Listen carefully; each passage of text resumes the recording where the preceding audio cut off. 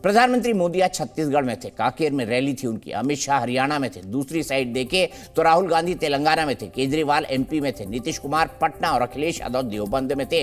यानी मोदी के सारे विरोधी, इंडिया अलायंस के सारे पार्टनर भी एक्टिव है, क्योंकि बैक टू बैक 23 और 24 के दो मुकाबले हैं मोदी से। लेकिन आज नीतीश कुमार और अखिलेश यादव के बयानों से कुछ लोगों को ऐसा लगा जैसे कांग्रेस से गठबंधन करके पछता रहे हों। राज्यों में इनकी फ्रेंडली फाइट भी हो रही है, जबकि असली फाइट तो 24 में करनी है, उसकी कहीं तैयारी नहीं दिख रही। गठबंधन में एक अदृश्य सी दरार है जो बाहर आ रही है। 23 और 24 की सियासत में आज सारा फोकस ईडी पर और अरविंद केजरीवाल पर था, लेकिन केजरीवाल ईडी को ताक पर रखकर एमपी में प्रचार करने पहुंच गए, बीजेपी के खिलाफ और कांग्रेस से फ्रेंडली फाइट करने। जिस दिन चुनाव के नतीजे आएंगे, मुझे नहीं पता मैं जेल में होऊंगा कि मैं बाहर होऊंगा। प्रधानमंत्री छत्तीसगढ़ में थे। बस्तर के कांकेर की रैली में उन्होंने दिल्ली तक मैसेज दिया। जरा पूरी ताकत से पता चले, दिल्ली वालों को भी पता चले, ये काम मुझे करना चाहिए कि नहीं करना चाहिए।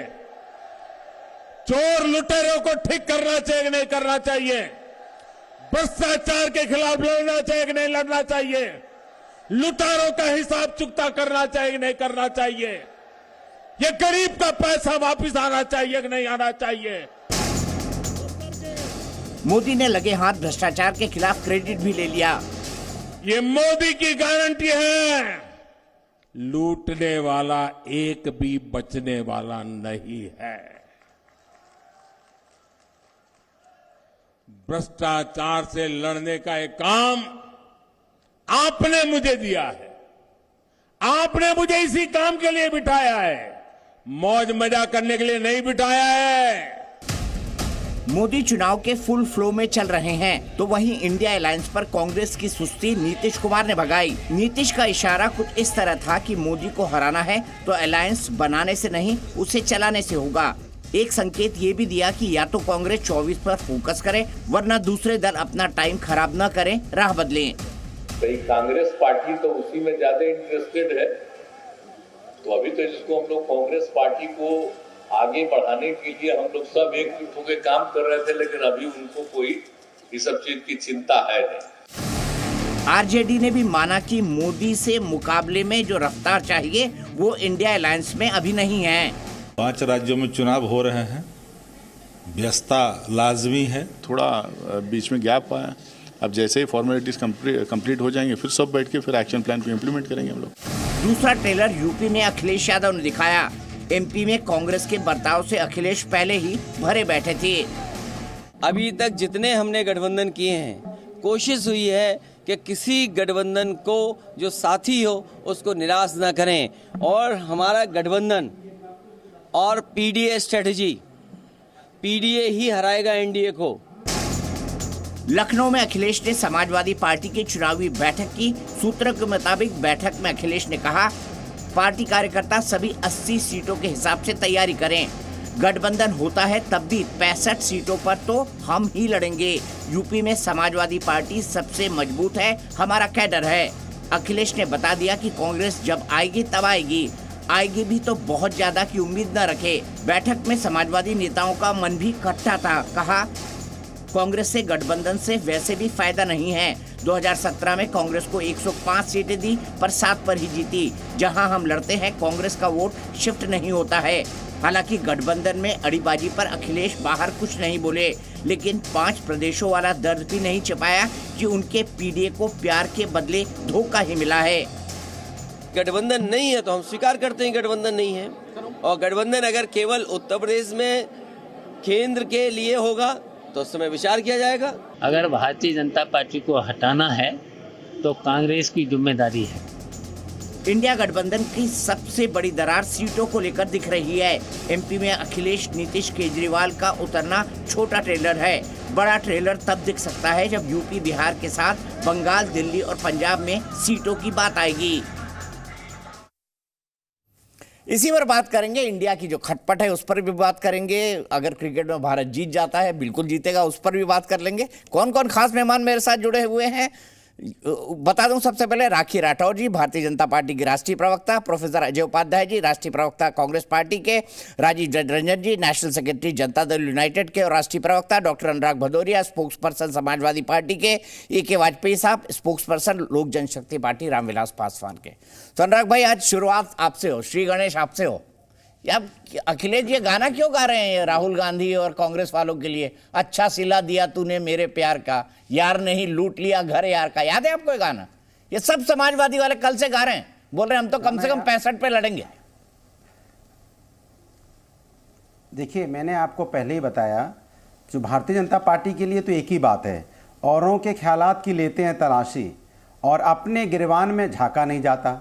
मैंने तो कई भारतीय जनता पार्टी से नहीं पूछा एआईएडीएम के आपको छोड़ के क्यों चली गई, चंद्रबाबू नायडू जी आपको छोड़ के क्यों चले गए, शिवसेना शिंदे गुट है और अजीत गुट के जो एनसीपी है उसमें सीट का बंटवारा कैसे करोगे, क्योंकि वहाँ तो सर फुटबॉल होगा, सीट का बंटवारा इनको करना मुश्किल होगा। मैं ये भी नहीं पूछता हूँ कि वहीं चिराग पासवान लड़ेंगे हाजीपुर से कि उनके चचा लड़ेंगे। मैंने कब जानने की कोशिश की कि कब राजभर जी यहाँ जो सीटें मांग रहे हैं आप उनको दोगे कि उत्तर प्रदेश में नहीं दोगे, अपने दल को कितनी सीटें दोगे, वो भी सीटें ज़्यादा मांग रहे हैं, दोगे कि नहीं दोगे, या निषाद पार्टी को कितनी सीटें दोगे। क्योंकि हमारा मुद्दा ये नहीं है, हमारा मुद्दा है कि जनता का, इंडिया गठबंधन का मुद्दा है कि जनता की समस्या के समाधान पे हम चर्चा करते हैं। हम चर्चा करेंगे जनता की परेशानी की, हम चर्चा करेंगे प्याज की, क्योंकि प्याज महंगा है, इसके बारे में भारतीय जनता पार्टी तो बोलेगी नहीं, हमारा ध्यान भटकाएगी, क्योंकि प्याज एवरेज देखा जाए तो 50 रुपए से ज्यादा है, वैसे 70-80 रुपए किलो बिक रहा है प्याज। इसके बारे में भारतीय जनता पार्टी बात नहीं करेगी। भारतीय जनता पार्टी बात नहीं करेगी किसान जो आज आपके मेन्यू पे प्याज है, इनकम है, वो कैसे प्याज खरीद, आज दाल के रेट नहीं पूछ रहे हैं, एक बार सुन लीजिए, आज दाल के रेट नहीं पूछ रहे हैं, तेल का रेट भी नहीं पूछ रहे, मैं तो बना के लाया हूँ रेट लिस्ट आपके लिए, पूरी किराने की रेट लिस्ट आई है मेरे पास, आप बोले तो मैं बता दूंगा, पर मुद्दे की बात करिए ना। चलिए आप नहीं पूछ रहे, मैं आपसे पूछ रहा हूं मेरे भाई, मैं आपसे पूछ रहा हूं कि राहुल गांधी के लिए, कांग्रेस के लिए, समाजवादी पार्टी के लोग क्यों गाना गा रहे हैं कि अच्छा सिला दिया तूने मेरे प्यार का, यार नहीं लूट लिया घर यार का, ये क्यों गा रहे हैं भाई? अगर सर आपने सवाल पूछा है, मुझे 2-3 मिनट देंगे ना, मैं अपनी बात आप तो 4 मिनट बोल लिए मालिक, कट्टू कट होगा सब काम। प्याज आपका 2 मिनट दिख भी गया है, नहीं बोले मालिक, अरे सर 4 मिनट नहीं बोले, मैं तो चर्चा ज्यादा मत दिखाइए और महंगा हो जाएगा, त्योहार आने वाला है अभी, उसकी बात नहीं, मैं आपको बता रहा हूं कि देखिए ये हंसी की बात नहीं है, प्याज महंगा है तो लोग गरीब आदमी के लिए दिक्कत की बात होती है, जिनके पास संपन्नता उन्हें तो दिक्कत होगी नहीं, खैर उनके लिए तो मजाक की बात हो सकती है, लेकिन सवाल ये नहीं है, सवाल यह है कि हमारी चिंता, हमने पहले भी बोला, हमारे राजनीतिक दल हैं, हमारी विचारधाराएं अलग हैं, हमारे मतभेद हो सकते हैं और होंगे भी, स्वाभाविक है, 2 पार्टियां हैं, हमेशा से लड़ती आई हैं चुनाव, लेकिन मनभेद नहीं है, हमारे अंदर कोई मनभेद नहीं है। हम लोग चूंकि हमारा जो गठबंधन है मजबूत दलों, बस कांग्रेस के कुछ नेता चिरकुट है ना, जिनके अंदर जवान है, जिनके अंदर बात है, अब बोलने ही नहीं देंगे यार, नहीं कांग्रेस कुछ नेता बस चिरकुट है, अजय उपाध्याय जी की पार्टी के कुछ नेता चिरकुट है। नहीं मैं तो, मैंने नहीं कहा, अखिलेश जी ने कहा ना, हमारे आपस, सुन लीजिए, हमने कहा हमारे इंडिया गठबंधन की बात है, हम इंडिया गठबंधन में क्या करते नहीं करते हैं, लेकिन एक तय मान के चलिए, जब यहां 2024 का चुनाव होगा, आप भारतीय जनता पार्टी जो देख रही बाहर खड़े होकर, जब 4 मजबूत नेता होते हैं, 4 पिलर मजबूत होते हैं, हो सकता है कि उनमें कुछ बातें हो सकती हैं, क्योंकि मजबूत नेता है, मजबूर नेता नहीं है। मजबूर नेता एनडीए में है, जो बोल ही नहीं सकते, वो मजबूर है, हमारे यहाँ मजबूत हैं, जो मजबूत होता है उसमें थोड़ी बात हो सकती है, लेकिन मैंने आपको बोला जब राष्ट्र की बात आएगी सभी लठ लेके साथ खड़े होंगे, क्योंकि राष्ट्र के मुद्दे पे हम सब एक हैं। राष्ट्र का मुद्दा क्या है? राष्ट्र का मुद्दा किसान है, राष्ट्र का मुद्दा युवा है, राष्ट्र का मुद्दा महिला समस्या है, राष्ट्र का मुद्दा महंगाई है, राष्ट्र का मुद्दा बेरोजगारी है, राष्ट्र का मुद्दा ये प्याज टमाटर आटा चावल दाल जो रोज की जरूरत है, वो भी राष्ट्र के मुद्दे में। हम इन मुद्दों पे सब एक होंगे और भारतीय जनता पार्टी को हराएंगे, ये तय है। लेकिन सवाल यह है कि हम लोग के आपस में देखिए कितना लोकतंत्र है। मजबूत नेता अपनी बात तो कहते हैं ना, अपनी बात कहते हैं, वो हमें कहते हैं, हम उनको कुछ कहते हैं। इनके यहां तो कोई बात ही नहीं होती, कोई बोलने वाला ही नहीं है, किसी के मुंह में जबान ही नहीं है। चलिए राखी जी, मैं आपके पास आऊं, उससे पहले अजय उपाध्याय जी, ताकत ही नहीं है। ये चिरकुट शब्द का मतलब पता है, जो अखिलेश यादव ने संज्ञा दी थी कांग्रेस के नेताओं को, आपको? दीपक जी, उसका अर्थ तो आप जानते हैं और अखिलेश जी जानते हैं, मैं तो नहीं जानता, गूगल पे सर्च कर सकता हूं। जानते होंगे, मैं तो उनको चित्रकूट समझा था। मैं चित्रकूट समझा, और विद्वान व्यक्ति हैं, उन्होंने चित्रकूट शब्द यूज किया होगा। जहां तक बात आज की आपके पूरे संवाद का है, कसम संविधान का, तो सच में पूरे देश में आज जो है संविधान की जो धज्जियां उड़ाई जा रही है, कांग्रेस के लोग और हमारे इंडिया अलायंस के लोग संविधान की कसम खा रहे हैं और संविधान को बचाने की पूरी कवायद कर रहे हैं। आपने देखा है किस तरह लगातार हम, चाहे विधानसभा के चुनाव की बात हो या लोकसभा को आने वाले भविष्य में जो चुनाव होने हैं, इनमें हमारे मुद्दे जनता के मुद्दे हैं। मोदी जी का मुद्दा जो है जुमला और झूठ है। हमारा मुद्दा है कि भाई महंगाई क्यों बढ़ रही है, बेरोजगारी की दर आज 10-10.5% क्यों हो गई इस देश में। आज तक का इतिहास नहीं है 70-75 साल में इतनी महंगाई बढ़ी, बेरोजगारी बढ़ी होगी इस देश में। युवा परेशान है। आप मेला लगा रहे हैं और जुनू और कहीं ना कहीं आप जो है सिर्फ दिखावटी लोगों की कमर तोड़ रही है महंगाई से और बेरोजगारी से। जहां तक बात आय की असमानता है, आपके दो मित्रों की तो भलाई हो रही है पूरे देश में और उनकी आय बढ़ रही है निरंतर। देश के आम जनमानस की आय, न रोजगार है, न महंगाई की मार है, लोगों की आय घट रही है। तो ये मुद्दे जनता के मुद्दे हैं और हम इन मुद्दों पर इन 5 राज्यों के विधानसभा में भी लड़ रहे हैं और इन्हीं मुद्दों पर हम लोकसभा में भी लड़ेंगे। जहां तक बात आपसी संवाद और विवाद और वाद की है, क्या अजय उपाध्याय जी, आप राष्ट्रीय प्रवक्ता, इतनी बड़ी पार्टी के जिसने 70 साल राज किया, आपका सिग्नल ही ठीक काम नहीं कर रहा है, पब्लिक तक कैसे पहुंचेंगे अजय उपाध्याय जी? डॉक्टर साहब नहीं,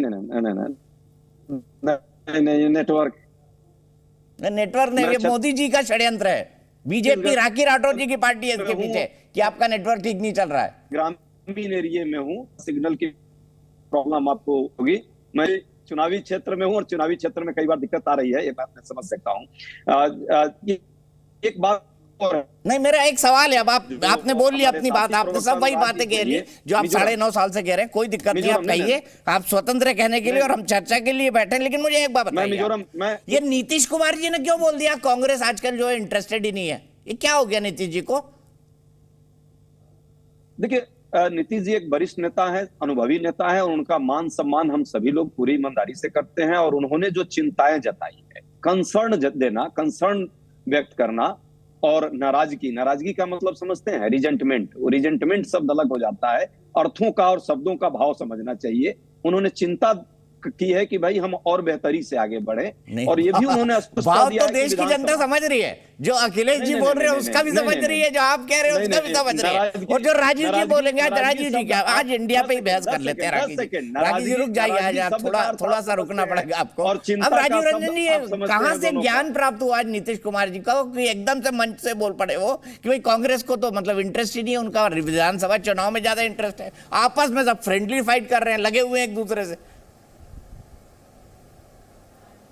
देखिए, इंडिया का गठन जिस उद्देश्य के लिए हुआ है वो देश की जनता जानती है। नीतीश कुमार जी इसके लिए दिन रात प्रयत्नशील रहे हैं और इस विपक्षी एकता के महामिशन के वो सूत्रधार भी हैं। लोग चिंतित हैं कि आज देश में जिस तरह के हालात बन रहे हैं, इंडिया की जो जवाबदेही है उस पर हम खरे उतरे, ये लोग भी चाहते हैं। और नीतीश कुमार जी ने करोड़ों लोगों की आवाज़ को केवल अपना समर्थन दिया है। उनके कहने का अर्थ बिल्कुल साफ है। उन्होंने अपने संबोधन में कहा कि भारतीय जनता पार्टी ने देश के इतिहास को बदलने की कोशिश की और बिल्कुल साफ है कि जिस तरह से विरासत और परंपराओं को छिन्न भिन्न करने की कोशिशें लगातार जारी है, जो बुनियादी सवाल हैं मैं उनको दोहराऊंगा नहीं, लेकिन मोदी जी भी सत्ता में आए थे, महंगाई, बेरोजगारी, काला धन, इन्हीं मसलों को लेकर के सत्ता में आए थे। और इन सवालों पर बिहार ने तो आज एक पहल की, 1,20,000 लोगों को नौकरियां एक विज्ञापन के जरिए दे दिया गया। लेकिन देश में 2 करोड़ नौकरियों का वायदा कहां पर है हर साल, ये जनता जानती है। नहीं, वो सब दे रहे हैं हम लोग तो एक वानगी है, इसका स्वागत तो कीजिए दीपक जी। अरे बहुत स्वागत है। 1,20,000 लोगों को आज एक दिन में ये नौकरी मिली है। इसीलिए तो नीतीश कुमार जी ने बोला, जी ने जो चिंता बीजेपी के कई नेता मेरे को बोल रहे थे आज कि नीतीश कुमार जी ने अपना दर्द जाहिर कर दिया कि इंडिया गठबंधन में उनको दूध में से मक्खी की तरह निकाल के फेंक दिया है। बीजेपी के एक नेता ने मुझे कहा है, मैं उनकी बात कोट कर रहा हूं। नहीं, अब बीजेपी के नेताओं ने क्या कहा मैं तो नहीं जानता हूं, लेकिन मैं पार्टी के नेताओं को जरूर जानता हूं और नीतीश कुमार जी को भी जानता हूं। नहीं रहे होंगे, लेकिन मैं तो नीतीश कुमार जी ने जो कहा उसके आधार पर ही मैं आपके चैनल पर अपना स्टैंड रख रहा हूं।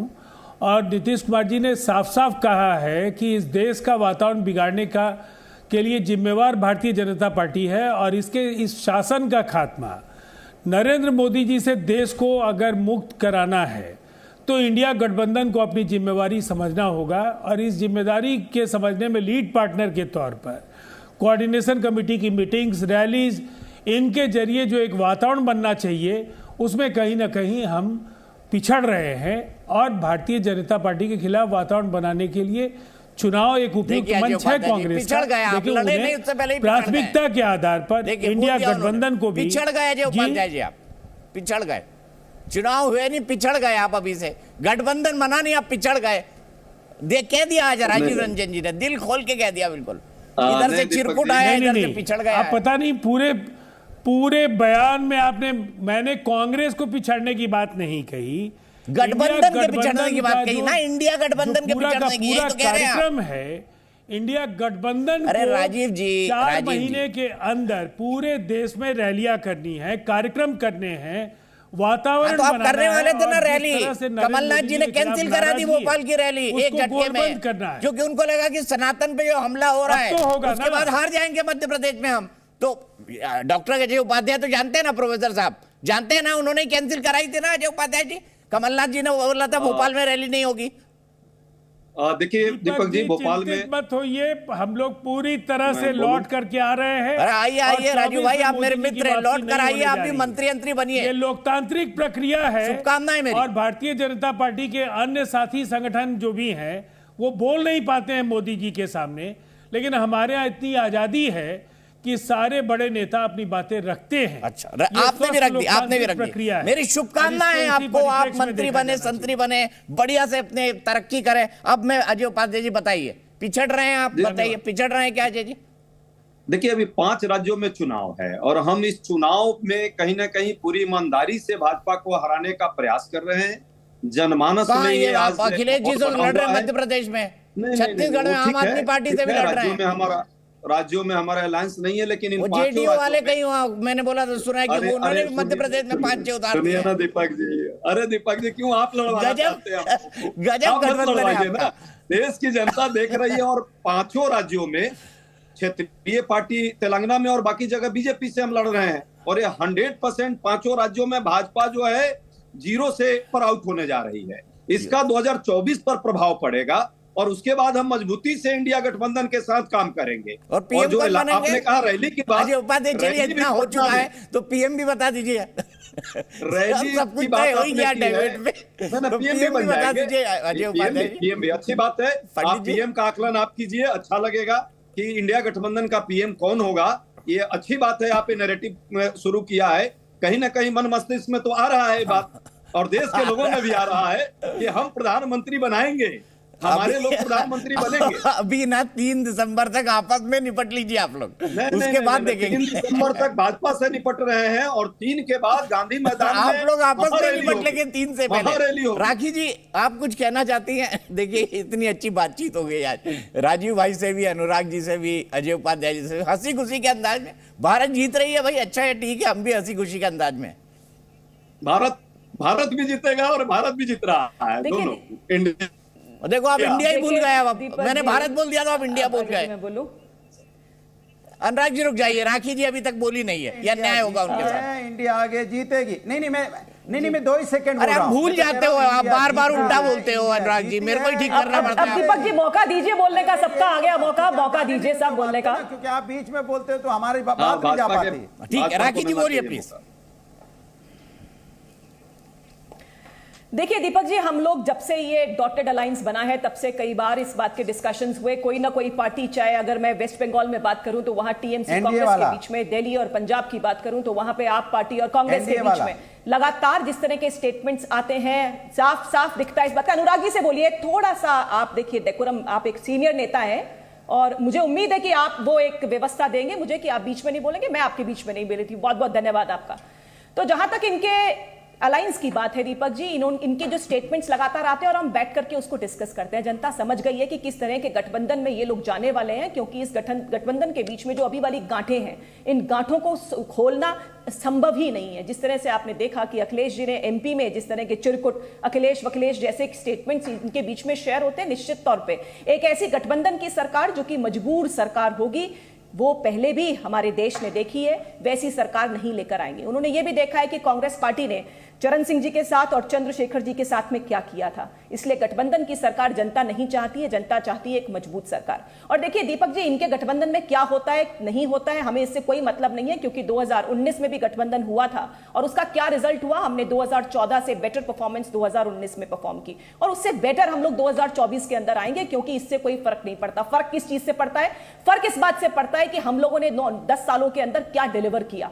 जो डिलीवर किया उसकी चर्चा होनी चाहिए, क्योंकि 4 से लेकर 14 के बीच में क्या हुआ वो सब लोग जानते हैं। अभी मैंने मेरे तीनों प्रवक्ताओं की बात सुनी, जो विपक्ष के हैं, जो डॉटेड अलायंस के हैं, उन्होंने लगातार सब चीजों की बात की, लेकिन भ्रष्टाचार की बात नहीं करेंगे, परिवारवाद की बात नहीं करेंगे, तुष्टीकरण की बात नहीं करेंगे, क्योंकि वो स्तंभ है जिन पर ये पूरा का पूरा अलायंस खड़ा है। जहां तक इनकी यूनिटी की बात है, ये यूनाइटेड तभी होते हैं जब सनातन धर्म को गाली देनी होती है, ये यूनाइटेड तभी होते हैं जब परिवारवाद की बात होती है। इसीलिए देखिए जनता समझती है इनका कोई नीति नहीं है, कोई नेता नहीं है, इसीलिए ये कोई रोड मैप नहीं दे सकते हमारे देश के विकास का। और आदरणीय प्रधानमंत्री जी लगातार जिस तरह से जनहित का काम कर रहे हैं, जिस तरह से प्रोग्रेस हो रही है, आज 1 रुपया रवाना होता है तो 1 रुपया ही पहुंचता है, वो 15 पैसे नहीं कन्वर्ट हो जाता।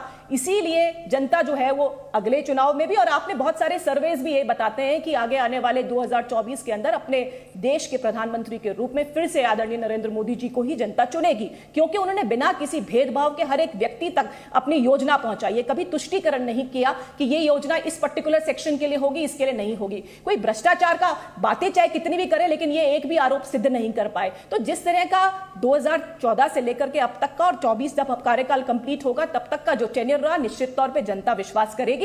और ये बात सर्वेस के माध्यम से भी है। जब मैं मकानों की बात करती हूं तो ऐसी चीजों को एड्रेस किया गया जो 70 सालों के अंदर एड्रेस नहीं हुई थी। और विपक्ष के लोग हंसते थे जब टॉयलेट्स की बात की, महिलाओं के सम्मान, उनके इज्जत घर की बात करी। 13 करोड़ से ऊपर जो है टॉयलेट्स बनाए गए, लगभग इतने ही जल जीवन मिशन के माध्यम से हर घर नल पहुंचाए गए, 4.25 करोड़ मकानों की व्यवस्था की गई। और इंफ्रास्ट्रक्चर की अगर मैं बात करूं तो इस साल 10 लाख करोड़ से ज्यादा पैसा जो है इंफ्रास्ट्रक्चर में डेवलप किया। आज मोबाइल बनाने में हम दूसरी सबसे बड़ी कंपनी, ऑटोमोबाइल में हम तीसरी सबसे बड़ी कंपनी। और लगातार जिस तरह से एयरपोर्ट 74 थे वो 148 हम लोगों ने किए। जिस तरह से डेवलपमेंट हुआ, जनता निश्चित तौर पे हमें चूज करेगी, क्योंकि जनता काम चाहती है। और मुझे लगता है दीपक जी, डिस्कशन भी इसी बात पर होना चाहिए, इसी बात पर होना चाहिए कि ग्राउंड लेवल पर क्या हो रहा है, जनता के लिए क्या यूजफुल है। 80 करोड़ से ऊपर लोगों को आज 5 किलो अनाज अगर मिलता है तो वो आदरणीय मोदी जी की देन है। इसलिए देन है क्योंकि बिना भ्रष्टाचार के डायरेक्ट बेनिफिट ट्रांसफर, ये सबसे बड़ी बात, जिसमें 51 करोड़ जनधन खाते खोले, जिसमें 27 करोड़ महिलाओं के थे। और क्योंकि महिलाओं के इतने अच्छे खाते खुले, इसीलिए डायरेक्ट बेनिफिट जो है वो लोगों तक पहुंचा। किसानों को सम्मान निधि के माध्यम से, चाहे एमएसपी को बढ़ाना काम किया हो, हर क्षेत्र के अंदर काम किया। और ये रिपोर्ट कार्ड लेके हम जनता के बीच में जब जाएंगे तो जनता निश्चित तौर पे हमें फिर से एक्सेप्ट करेगी। और ये सर्वेज भी बता रहे हैं बहुत सारे, इसीलिए कहने के लिए कुछ है नहीं। भ्रष्टाचार की हम बात नहीं करेंगे, चाहे टूटी तक चोर ले, लेकिन भ्रष्टाचार की हम बात नहीं करेंगे, क्योंकि हमारा काम ही अल्टीमेटली वही है। परिवारवाद ऐसा है कि घर में एक ही महिला है जो कि उसी को आगे बढ़ाना है, एक ही बबुआ है उसी को मुख्यमंत्री बनाना है। तो इस तरह की चीजें नहीं चलेंगी, क्योंकि आप जवाब नहीं देते। होता क्या है, इनके पास जवाब नहीं होता। संविधान की बात कर रहे थे मेरे साथी कांग्रेस के, आर्टिकल 356 का 91 बार इस्तेमाल अगर किया है तो वो कांग्रेस पार्टी ने किया, और संविधान की दुहाई देते हैं। देखिए जिस तरह से 2004 से 14 के बीच में लगातार भ्रष्टाचार हुआ, चाहे 2G 3G घोटाले जिस तरह से जनता के सामने थे, और उस समय के प्रधानमंत्री कहते थे गठबंधन की सरकार है, हमारी मजबूरी की सरकार है, और इसीलिए मजबूरी की सरकार कहीं पर भी नहीं आएगी। जनता किसी भी हालत में इनको सिलेक्ट नहीं करेगी। आज आप पीसते रहिए चक्की, आज आप पीसते रहिए चक्की, आज आप बोलेंगे चक्की पीसेंगे, आप चक्की पीसेंगे। अनुराग भाई थोड़ी इतनी मेहनत मत करिए सर, इतनी मेहनत मत करिए, बचा के रखिए चुनाव के लिए। मालूम पड़ा स्टूडियो में चक्की पीस के जनता ने फिर 5 साल चक्की पिसवाई आपसे। कौन कह रहा है ऐसा ना हो जाए कहीं चक्की पीसेंगे फिर मंत्री बनेंगे, चक्की पीसेंगे। मैं on a serious note doctor Anurag Bhadauria ji, मैं आपके पास नहीं, मैं उपाध्याय के पास जाऊंगा, आपके पास भी आऊंगा। आरोप लगा रहे थे वो विधायक शिवसेना के, जिन पे आप भ्रष्टाचार का आरोप लगा रहे थे उनको आपने मंत्री बना दिए। वो महाराष्ट्र सदन में खड़े होकर आपके नेता बीजेपी के उस समय की सरकार जो शिवसेना की थी उनके जो आज सिंधे गुट में विधायक है उन पे क्या क्या आरोप आपने नहीं लगाया। आज वो आपके साथ है तो पाक साफ हो गए। कमाल की बात कर रहे हो, ये कौन सा चक्की पीसी था और मंत्री आरोप अगर है तो उनकी जांच होगी। भ्रष्टाचारी चाहे किसी भी पार्टी का हो, भ्रष्टाचारी चाहे किसी भी पार्टी का हो, उसको सजा मिलेगी, चाहे वो कहीं पर भी चला जाए, उस पर कोई भी केस विड्रॉ नहीं हुआ है, उस पर कोई आरोप वापस नहीं लिया गया है। आप बताइए कौन से पे आरोप लिया, आरोप किस पे वापस लिया, किसी पे वापस नहीं लिया। अब आपको अपनी बात तो करनी नहीं होगी जब आपकी पार्टी की बात की जाती है कि आप यूपी के अंदर कह रहे हैं कि हम तो 65 सीट करेंगे, हम तो 65 सीट पर लड़ेंगे, अपनी बात नहीं करेंगे। अखिलेश जी लगातार ये कह रहे हैं कि हम लोग तो 65 सीटों के ऊपर में एमपी में। अनुराग जी दोनों रुक जाइए। भारत इंडिया जीत रहा है, भारत जीत रहा है, तो मैं एक के वाजपेयी जी के पास चलता हूँ। एक के वाजपेयी जी कुछ विशेष टिप्पणी अनुराग भदौरिया जी पे कर दीजिए। आज बस जीतने ही वाले हम। नहीं हम अनुराग पे नहीं, हम इन पे नीतीश बाबू पे करेंगे। देखिए नीतीश बाबू जो है ना वो स्टेटमेंट बड़ी सोच समझ के देते हैं, तो उनके लिए ये कहना ठीक होगा कहीं पे निगाहें कहीं पे निशाना। क्या हो क्या रहा है, नीतीश बाबू की कुर्सी जो बिहार वाली है वो तेजस्वी को देने को उन्होंने वादा किया था, तो अपनी कुर्सी उन्होंने लगा दी बड़ी वाली कुर्सी पे। अब वो क्या हुआ, कांग्रेस ने तो घास डाली नहीं, कन्वीनर बनाया नहीं उनको, तो वो परेशान होते फिरे, तड़प रहे, पीड़ा उनकी ये है। और उसके बाद उन्होंने जो आज स्टेटमेंट दी है वो कह रहे भाई कांग्रेस के पल्ले कुछ नहीं है, दे आर नॉट इंटरेस्टेड, आप लोग अलग से कोई बात सोचिए, और इसीलिए 1 महीने का टाइम भी दिया है। लेकिन जनता ये सब देख रही है। बिहार में 18 साल से राज कर रहे हैं और 15 साल पहले लालू प्रसाद ने याद किया है, आज भी डिग्री जो है ना BA की 7 साल में मिलती है, उसका कोई जवाब है इनके। आज भी हेल्थ में नीचे से तीसरे नंबर पे है। एजुकेशन कहाँ पहुँच गया है, आज भी बच्चों को शिक्षा लेने के लिए कहाँ वो बीकानेर जाते हैं, कहाँ जाते हैं जहाँ पे। ठीक है, सबको बहुत बहुत बधाई, भारत मैच जीत चुका है।